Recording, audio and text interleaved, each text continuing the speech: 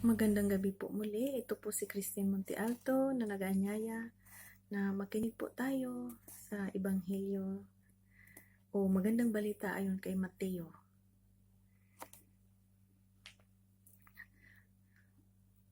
Matatandaan po natin kahapon ay binabasa po natin ang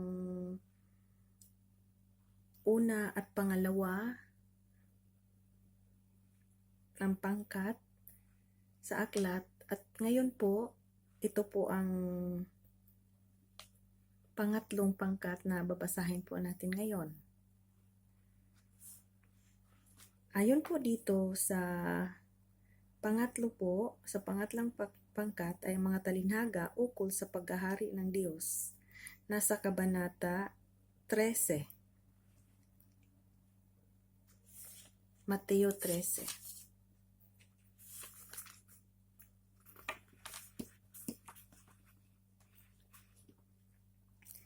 Noon ding araw na iyon, si Jesus ay lumabas ng bahay at naupo sa tabi ng lawa. Dahil sa dami ng taong lumapit sa kanya, sumakay siya sa isang bangka at doon naupo. Tumayo naman sa dalampasigan ang mga tao at sila'y tinuruan niya ng maraming bagay sa magitan ng mga talinhaga at ganito ang sinabi niya. May isang magsasakang lumabas upang maghasik.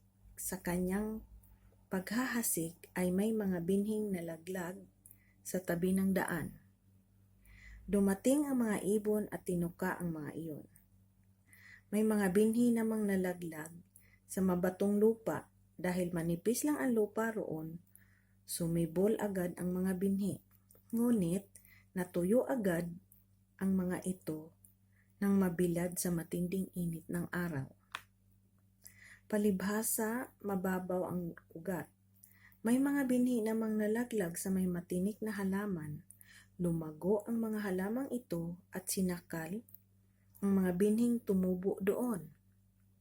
Ngunit, ang mga binhing nahasik sa matabang lupa ay namunga. May tig-100, may tig-60, at may tig-30. Makinig ang may pandinig. Lumapit ang mga alagad at tinanong si Jesus, bakit po ninyo dinadaan sa talinghaga ang inyong pagtuturo sa kanila? Sumagot siya, ipinagkaloob sa inyo ang karapatang maunawaan ng hiwagang tungkol sa kaharian ng langit, ngunit hindi ito ang pinagkaloob sa kanila. Sapagkat ang mayroon ay bibigyan pa at ang mananagana. Ngunit ang wala, kahit ang kakaunting nasa kanya, ay kukunin pa. Nagsasalita ako sa kanila sa pamamagitan ng talinhaga sapagkat tumitingin silang ngunit hindi nakakakita. At nakikinig ngunit hindi naman makakarinig. Ni nakakaunawa man. Natutupad nga sa kanila ang propesiya ni Isayas na nagsasabi, makinig man kayo ng makinig, subalit hindi ninyo maunawaan kailanman. At tumingin man kayo ng tumingin, subalit hindi rin kayo makakakita kailanman. Sapagkat naging mapurol na ang isip ng mga taong ito, mahirap makarinig ang kanilang mga tainga, at ipinikit nila ang kanilang mga mata. Kung hindi gayon, sanay nakakakita ang kanilang mga mata, nakarinig ang kanilang mga tainga, nakaunawa ang kanilang mga isip, at nagbalik loob sila sa akin, at pinagaling ko sila.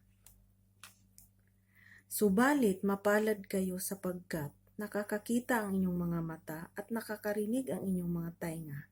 Tandaan ninyo, maraming propeta ang matutuwid na tao ang naghahangad na makita ang inyong nasasaksihan at marinig ang inyong napapakinggan, subalit hindi nila ito nakita ni narinig. Pakinggan ninyo ang kahulugan ng talinhaga tungkol sa manghahasik. Kapag ang isang tao ay dumirinig ng mensahe tungkol sa paghahari ng Diyos, ngunit hindi naman niya iyon inuunawa, siya ay katulad ng binhing nalaglag sa daan. Dumarating ang masama at agad inaalis sa kanyang isip ang mensaheng kanyang napakinggan. Ang katulad naman ng binhing nalaglag sa mabatong lupa ay ang taong dumirinig ng mensahe kaagad at masaya niya itong tinanggap. Ngunit hindi tumimo ang mensahe sa kanyang puso. Sandali lamang itong nanatili at pagdating ng mga kapighatian at pagsubok dahil sa mensahe, agad siyang tumatalikod sa kanyang pananampalataya. Ang binhi namang nahulog sa may damuhang matinik na halaman ay naglalarawan ng mga taong dumirinig ng mensahe, ngunit dahil sa pagkakabalisa sa maraming mga bagay at pagkakahumaling sa kayamanan, ang mensahe ay nawalan ng puwang sa kanilang puso at ito ay hindi nagkaroon ng bunga sa taong iyon. At ang katulad naman ng binhing napahasik sa matabang lupa ay ang mga taong dumirinig at umuunawang mabuti sa mensahe, kaya't ito ay namumunga ng sagana, may tig 100, may tig 60 at may tig 30. Nagsalaysay muli si Jesus sa kanila ng isang pangtalinghaga.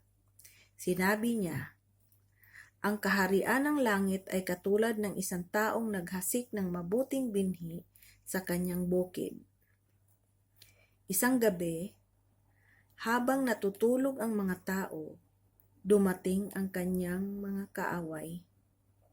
Naghasik ng mapanirang damo sa triguhan at saka umalis.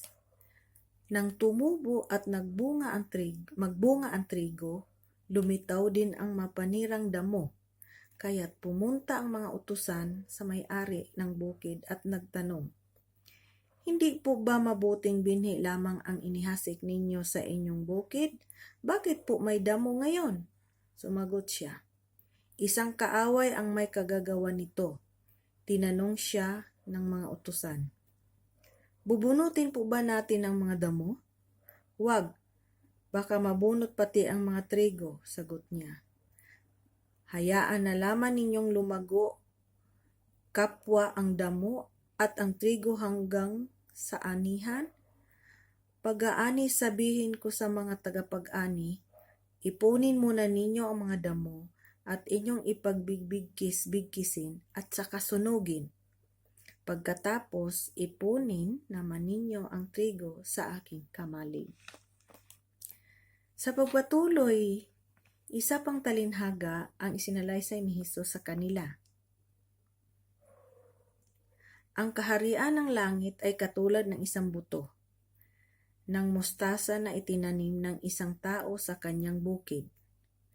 Ang buto ng mustasa ang pinakamaliit sa lahat ng binhi, ngunit pagtubo nito, ito'y nagiging mas malaki kaysa alinmang halaman at nagiging punong kahoy, kaya't nakakapagpugad ang mga ibon sa mga sanga nito. Nagsalaysay pa si Jesus ng ibang talinhaga. Ang kaharian ng langit ay katulad ng pampalsa na inihalo ng isang babae sa 3 bakul na harina, kaya't umalsa ang minasang harina. Ang lahat ng ito ay sinabi ni Jesus sa mga tao sa magitan ng mga talinhaga at wala siyang itinuro sa kanila nang hindi sa mamagitan ng talinhaga. Sa gayon natupad ang sinabi ng propeta. Magsasalita ako sa magitan ng mga talinhaga. Ihahayag ko ang mga bagay na nalilihim mula pa nang likhain ang daigdig. Pagkatapos iniwan ni Jesus ang mga tao at pumasok siya sa bahay, Lumapit ang kanyang mga alagad at sinabi, "Ipaliwanag nga po ninyo sa amin ang talinhaga tungkol sa mapanirang damong tumubo sa bukid." Sumagot si Jesus, "Ang naghasik ng mabubuting binhi ay ang anak ng tao. Ang bukid ay ang daigdig. Ang mabubuting binhi ay ang mga taong kabilang sa kaharian at ang mapanirang damo naman ay ang mga kabilang sa masama. Ang kaaway na naghasik ng damo ay walang iba kundi ang diablo. Ang panahon ng pag-aani ay ang katapusan ng daigdig at ang mga tagapag-ani naman ay ang mga anghel. Kung paanong ang mga damo ay tinitipon at sinusunog, ganon din ang mangyayari sa katapusan ng daigdig. Ipag-uutos ng anak ng tao sa kanyang mga anghel na tipunin nila mula sa kanyang kaharian ang lahat ng nagiging sanhi ng pagkakasala at ang lahat ng gumagawa ng masama. Ihahagis nila ang mga ito sa lumalagablab na pugon at doon ay mananangis sila at mangangalit ang kanilang mga ngipin. Ngunit ang mga gumagawa ng matuwid ay magliliwanag na parang araw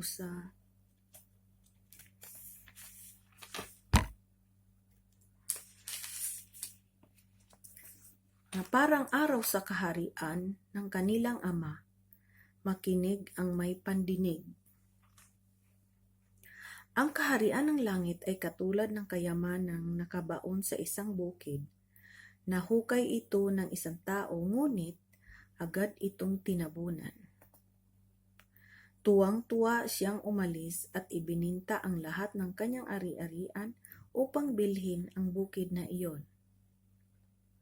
Ang kaharian ng langit ay katulad din ng isang negosyanteng na naghahanap ng mga mamahaling perlas. Nang makakita siya ng isang perlas na napakahalaga, umuwi siya at ipinagbili ang lahat ng kanyang ari-arian at ibinili ang perlas na iyon. Ang kaharian ng langit ay katulad din ng isang malaking lambat na inihagi sa lawa at nakahuli ng sari-saring isda. Nang mapuno ang lambat, hinila ito sa pampang. Naupo ang mga tao habang tinitipon nila sa sisidlan ang mabubuting isda at itinatapon naman ang mga isdang hindi mapapakinabangan. Gayon din ang mayayari sa katapusan ng daigdig. Darating ang mga anghel, ihihiwalay ang masasama sa mga matuwid at ihahagis ang masasama sa naglalagablab na apoy. Dooy mananangis sila at mangangalit ang kanilang mga ngipin. Naunawaan ba ninyo ang lahat na ito? Tanong ni Jesus.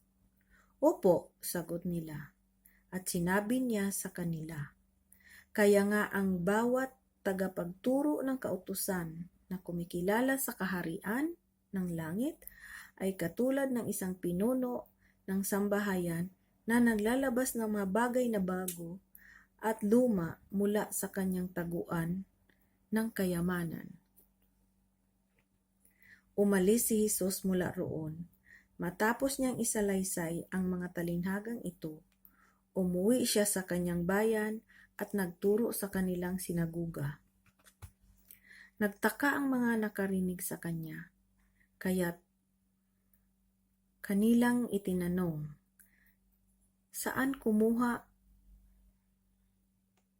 ng ganyang karunungan ang taong iyan? Paano siya nakakagawa ng mga himala? Hindi ba siya ay anak ng isang karpentero? Hindi ba si Maria ang kanyang ina? At sina Santiago, Jose, Simon at Judas ang kanyang mga kapatid? At taga rito rin ang kanyang mga kapatid na babae. Di ba? Saan kaya niya natutunan ang lahat ng yan? at siya'y hindi nila pinaniwalaan. Kaya't sinabi ni Jesus sa kanila, ang isang propeta ay iginagalang kahit saan maliban sa kanyang sariling bayan at sariling sambahayan. At dahil ayaw nilang maniwala kay Jesus, hindi siya roon gumawa ng maraming himala. At dito po nagtatapos ang pangatlong pangkat na binabasa po natin ayon sa Ebanghelyo o Magandang Balita ni Mateo. So, mas salamat po muli sa inyo sa pakikinig. Ito muli po si Christine Montealto na nagpaanyaya po muli sa inyo. Tayo po'y magbalik loob po sa Diyos at dito po ang daan para tayo mapalapit sa Panginoon. Magandang gabi po muli. Salamat po.